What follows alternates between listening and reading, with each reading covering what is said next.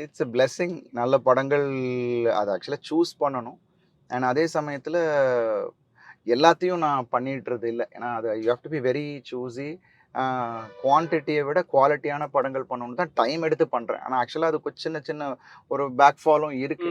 But ம்ஹ்ஹ்ஹ்ம். அதெல்லாம் தாண்டி நாளைக்கு இன்னொரு 10 வருஷம் கழிச்சு நம்ம பார்க்கும்போது, நம்மளோட லிஸ்ட் பார்க்கும்போது, நமக்கே ஒரு சந்தோஷம் இருக்கும். ஒரு சாட்டிஸ்ஃபேக்ஷன் இருக்கும்.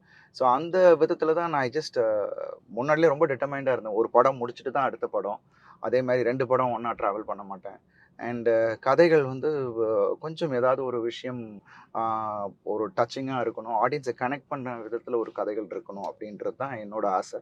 ஸோ அப்படிதான் என்னோட லைன் அப்பும் பண்ணிட்டு இருக்கேன்.